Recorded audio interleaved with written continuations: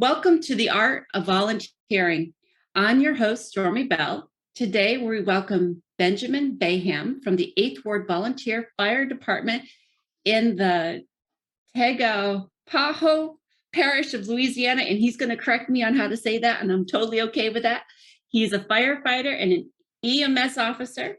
Ben, please introduce yourself, share a little bit about your journey, and correct my pronunciation. Oh, you're fine. Hey, I'm Ben Baham. I'm a firefighter paramedic with 8th Ward Volunteer Fire Department in Tangipahoa, Louisiana. So, volunteer firefighting has been kind of like a family thing for me. So me and my wife actually get to do it together. We have a 5-year-old who's involved kind of with that other little second family. So it's really been a blessing for our family to be able to do that. My journey with excuse me. My journey with volunteerism kind of started in high school. I went to EMT school at night when I was in high school. And after I got out, I started working in the ER, and I was thinking I wanted to go to nursing school. And I wanted to actually use my EMS certification. So my ROTC instructor in high school was one of the training officers at a local volunteer fire department, said, come on over. So that's kind of where I got started. So there's been a lot of connected stories and a lot of really good stuff that, meeting the right people and having the right mentors that kind of guided me on my journey. And hopefully that'll continue to go that direction. And I can also be mentors to other people as well. Awesome. Now, do you volunteer now, or are you on staff? So I do both. So I'm a career firefighter at Mandeville Fire and EMS. So that I've been a career firefighter for 2 years. So usually that's kind of something you want to get in when you're young, but I've just apparently about 2 years ago I decided that I needed to start my career as a firefighter. So, which has really been an amazing journey. So the kind of thing that always pulled me away from doing the career firefighting is Louisiana and Mississippi are tied for 50th in firefighter pay. So it's really hard to make a decent living as a career firefighter in Louisiana. But I found a department that through certain programs allowed me the opportunity to be able to do what I wanted to do as a career and be able to use it to benefit me in the volunteer aspect. That's awesome. So when we were getting ready for the podcast, you do a lot of within your volunteering. Can you share a little bit about that, like what you are involved with? Yeah, so I really do a lot. I'm not going to say like I'm a big. I would say if I was the master of something, it would be like the EMS stuff. So I've always been very interested in all the medical aspect. So I am the EMS officer at 8th Ward Fire Department. I've previously been a captain. At one point, I was one of the training chiefs.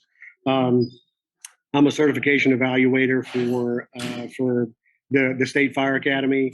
I do a lot of other instruction stuff. I'm a state EMS instructor. I also work part-time at the National EMS Academy.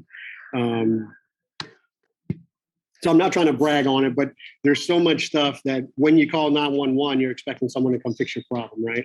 But there's an infinite number of problems out there. So firefighters have to be very adaptive and very well-rounded.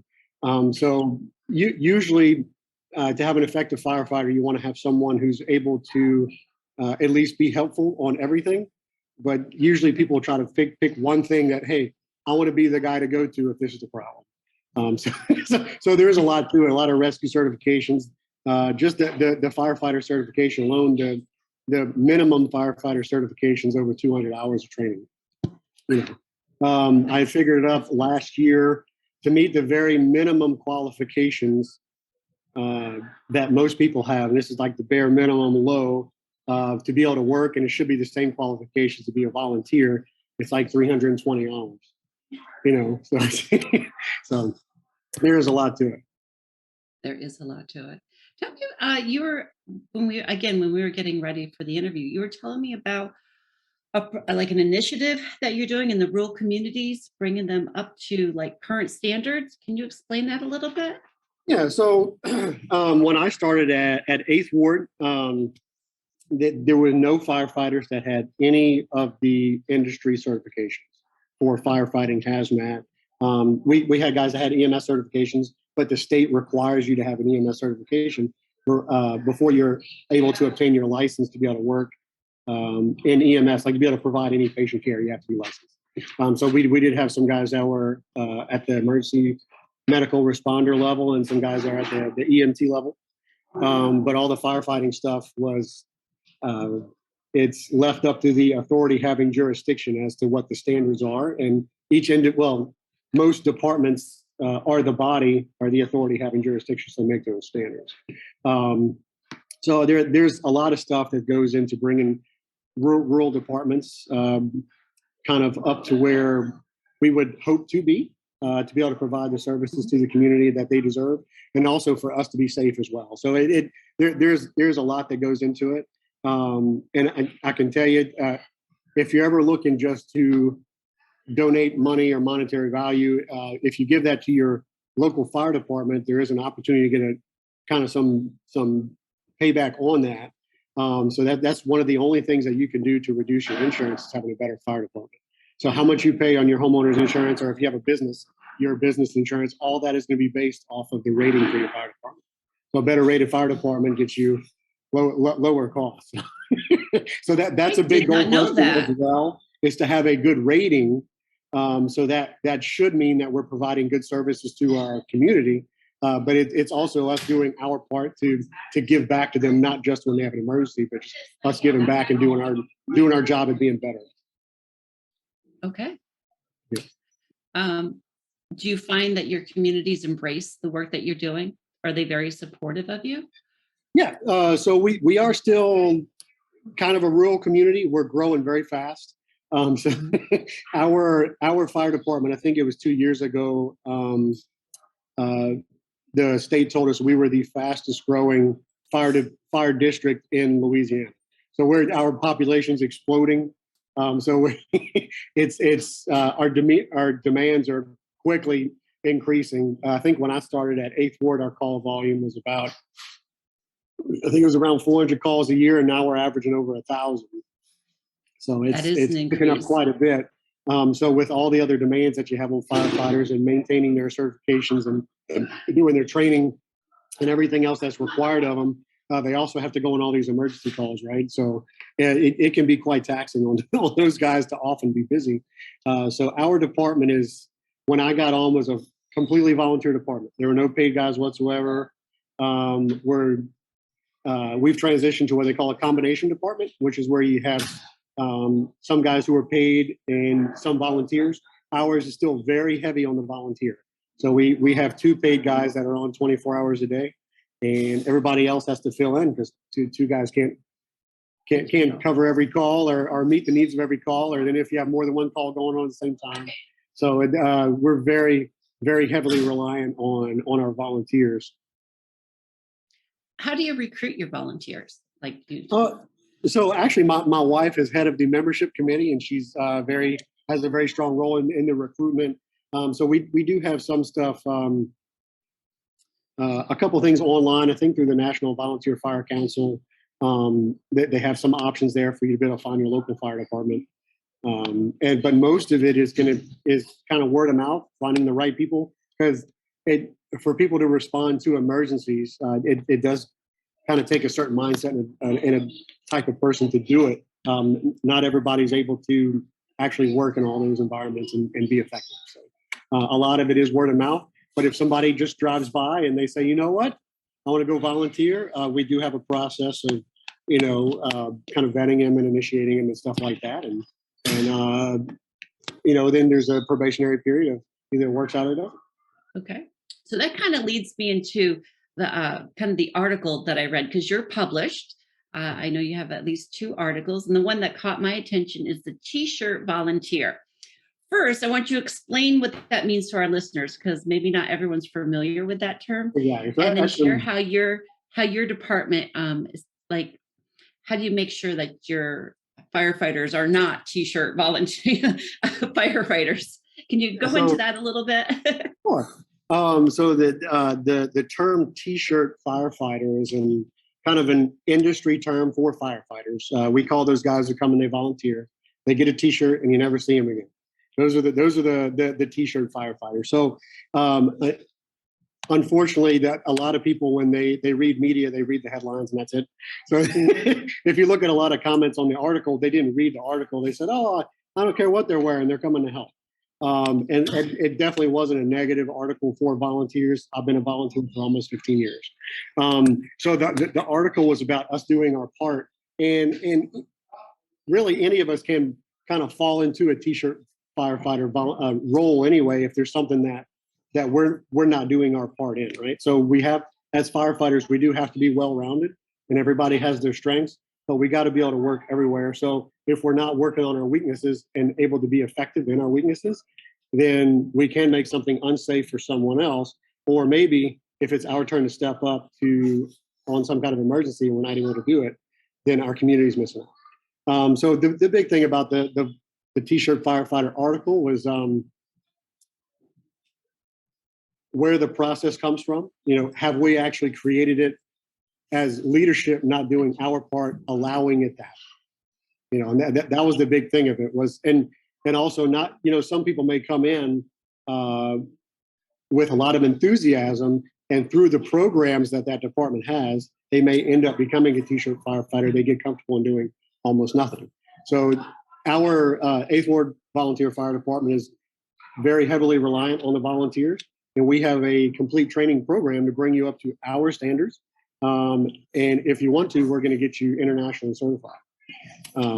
But you have many departments out there that are the opposite. They're not very reliant on their volunteers and mainly on their pay guys. And unfortunately, there's a number of them that don't develop a program for the volunteer. They just say you can become a volunteer, but then they don't give them any direction to go once they get there. So they're just another pair of hands to use, and that can be really ineffective, especially when there's such an opportunity. One of the biggest resources that we have as volunteer firefighters is people. So now you have a person coming out to be a volunteer, but you're not using them. You don't actually get them to be a full effective member. They're just another pair of hands. And that can really be unsafe, but it also doesn't help you in increasing your efficacy and actually giving better services to the community. The community I grew up in, we had a completely 100% volunteer fire department. So I'm familiar with that and the dedication that those volunteers had all hours of the day and night. Some of them had to be available to go. And I remember they had their lights in their vehicles when they're going to the firehouse. Like you moved over because they had something important to do. That's right. You would hope. You would be surprised at how often that doesn't happen. But. Okay. So the hours that they undergo the training, are the volunteers trained to the same level as a career, or are there differences? They're only so far a volunteer can go before they become career. So it depends on the state, and it depends on the department. So the standards for training should be the same because you're providing the same service, and the community has the same needs.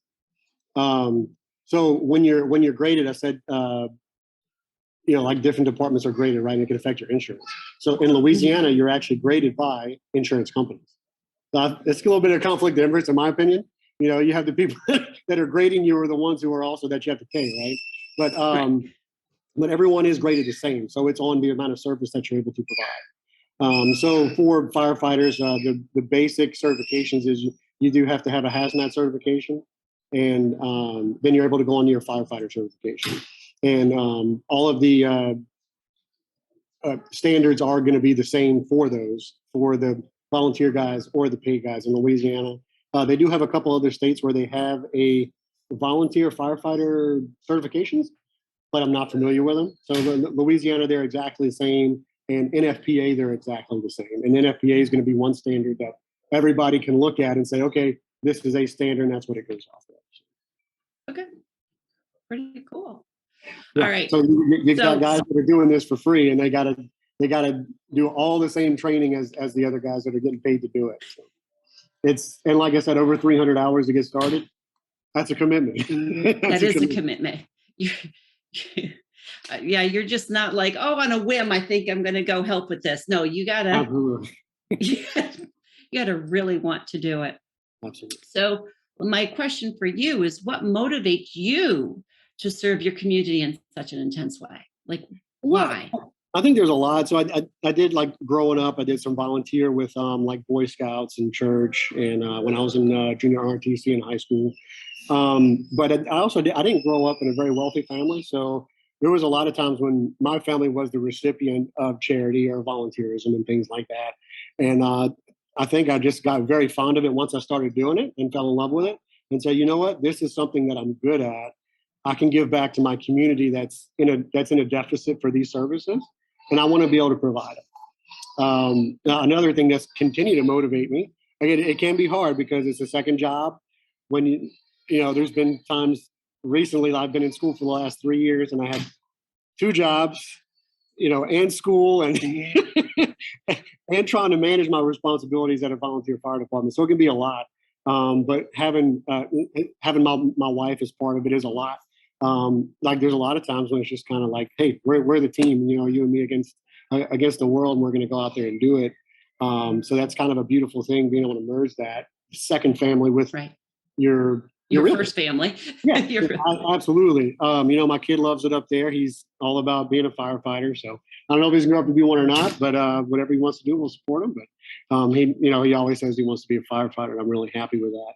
But I really like being able to provide services to these people that they wouldn't regularly get, because if you call 911, somebody's got to come in. And you want someone, you expect someone to show up and they're going to fix your problem. So being able to build people up to be able to make that response is really important.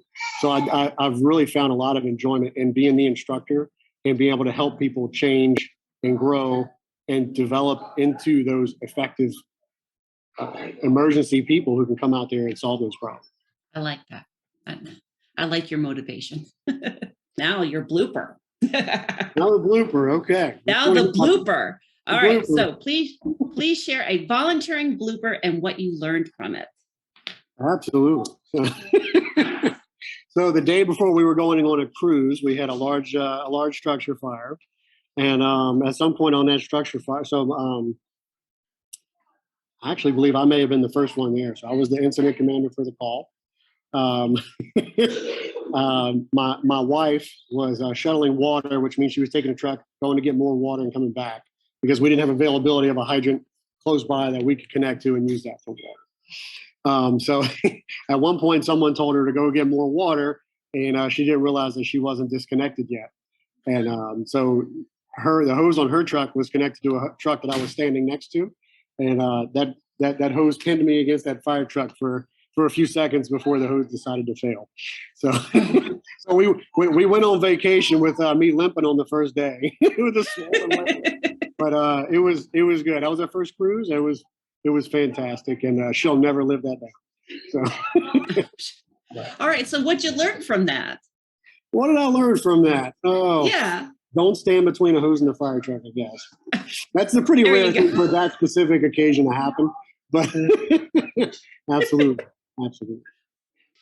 All right. Here comes the part of the interview.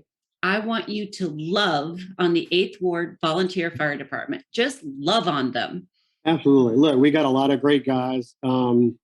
There's dedication from both our volunteers and from all of our paid guys. Okay. I know a lot of times people will say, "Hey, look, I'm going to show up at the fire department and somebody's sitting up on a couch." Well, you know what? He might have been up all night long. He literally might have been up for 24 hours before you saw him sitting on the couch. And it can be a lot. But look, we have a chaplain over there who's he's growing a program as well. We have an extremely dedicated chaplain. It's the only one I've seen in the region like this. So if we have any very bad calls, he wants to contact that family. He wants to do his part that he can. If we have any issues with emergency responders, he wants to do his part on that. He's developing a regional team to help with the stress of emergency services. That's a very unique thing that he's doing. Really, really great guy. If we had more of that, this industry would be all the better. All the officers except for the fire chief are all volunteer, but we have two assistant chiefs that are, heck, it's like a second full-time job for those guys. Not even a second part-time job. And one of them's already working full-time, and so he's got two full-time jobs, right? Um, all the captains are a volunteer position. We have some dedicated guys who are just starting, and we have other guys who've been there for 20 years.